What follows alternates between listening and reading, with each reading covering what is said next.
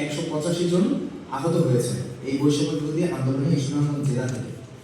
আমি শুধু ভাবছিলাম এই জিনিসটা নিয়ে যে আসলে এটা আমাদের কাছে একটা পরিসংখ্যান। কিরকম পরিসংখ্যান? আমরা যখন দেখি খবরের কাগজে যে বাস খাদে পড়ে গিয়ে 7 জন নিহত হয়েছে, 6 জন আহত হয়েছে, এটা কিন্তু আমাদের কাছে খুব বড় একটা তথ্য হিসেবে মনে হয় না বা একটা নিউজ হিসেবে মনে হয়।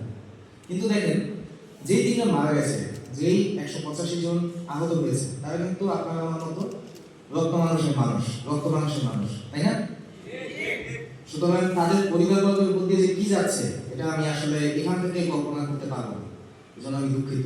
কিন্তু আমি তারপরেও বলছি, আমরা তাদের প্রতি আত্মার মাগফিরাত কামনা করছি এবং অসুস্থ আহত ব্যক্তিবর্গ যারা আছেন তারা যাতে খুব দ্রুতই আরোগ্য লাভ করেন, এজন্য আল্লাহর কাছে মন থেকে দোয়া করছি।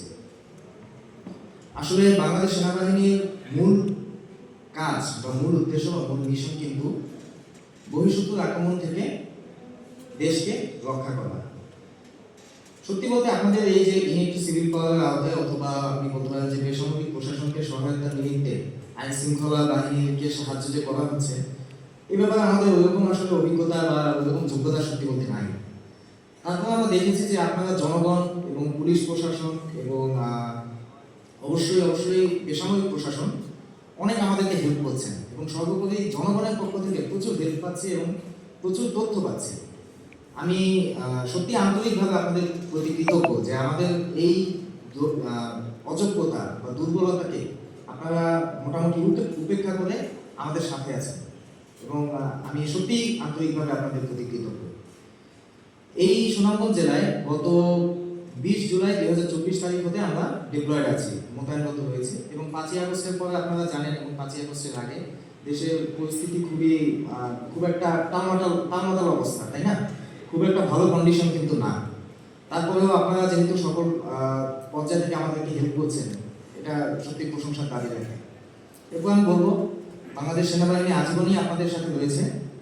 আপনি যদি বলেন রানা প্লাজা ধস থেকে শুরু করে, হলিয়ার্টিজান থেকে শুরু করে, আতিয়া মহল থেকে শুরু করে, এই যে 2022 সালে যে সিলেটে বন্যা হলো, সবগুলো দুর্যোগে আমরা আমাদের সাধ্যমতো চেষ্টা করেছি। জানি না কতটুকু পেরেছি, বাট আমাদের সাধ্যমতো ক্যান্টনমেন্টের বাইরে এসে আপনাদের সাথে মানিয়ে চলার চেষ্টা করেছি এবং আলহামদুলিল্লাহ এখন পর্যন্ত সুনামগঞ্জ জেলায় কোনো প্রকার দুর্ঘটনা ব্যতীত অবৈধ বালু উত্তোলন বলেন অথবা বিভিন্ন চাঁদাবাজি বলেন, ছিনতাই বলেন, চুরি বলেন, আমাদের পক্ষে যতটুকু সবচেয়ে বড় সমস্যা হচ্ছে মাইনরিটি ইস্যু, যেগুলো যে যারা অন্য ধর্মাবলম্বীদের উপর তাদের উপর আক্রমণগুলো ঠেকানো থেকে শুরু করে আরো যত কার্যক্রম আছে আলহামদুলিল্লাহ আমরা অনেকটাই কন্ট্রোলে রাখতে পেরেছি দেশের। আপনি যদি তুলনা করেন, যেহেতু আমরা উপর থেকে দেখি, যারা প্রশাসনে আছে তারা বলতে পারবে ভালো, যারা উপর থেকে দেখে তারা দেখতে পারে যে আসলে সুনামগঞ্জে কি পরিমাণ ইনসিডেন্ট হচ্ছে এবং অন্যান্য বাইরের জেলাতে কি পরিমাণ ইনসিডেন্ট হচ্ছে। আমি আপনাদের কথা দিতে পারি যে সুনামগঞ্জ জেলার ইনসিডেন্ট অনেকটা কম। যদি আপনারা একটু গবেষণা করেন, একটু পড়ালেখা করেন, তাহলে একটু দেখতে পাবেন। তারপর আমাদেরকে ইমপ্রুভ করতে হবে, আরো বেশি সামনে আগাতে হবে এবং বেসামরিক প্রশাসন, তাছাড়া পুলিশ, র্যাব, বিজিবি সবাই এবং আপনারা যারা জনগণ আছেন অনেক আমাদেরকে সহযোগিতা করছেন। আর সবশেষে আমি বলতে চাই, এই যে 3 জন শহীদ অথবা সারা বাংলাদেশে যে হাজার মানুষ এই যে শহীদ হলো বা আহত হলো, তাদের প্রতি সম্মান রেখে হলেও আমাদেরকে দেশ গঠনে এগিয়ে যেতে হবে।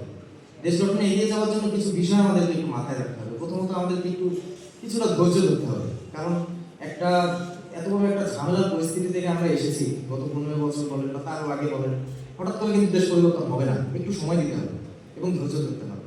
দ্বিতীয়ত পুলিশ প্রশাসন বলেন, বেসামরিক প্রশাসন বলেন, র্যাব এবং সর্বোপরি বাংলাদেশ সেনাবাহিনী, সবাইকে আপনাদেরকে একটু সহযোগিতা করতে হবে। আলহামদুলিল্লাহ আপনাদের কাছ থেকে যথেষ্ট সহযোগিতা পাচ্ছি, আরো বেশি চাচ্ছি আপনাদের কাছ থেকে।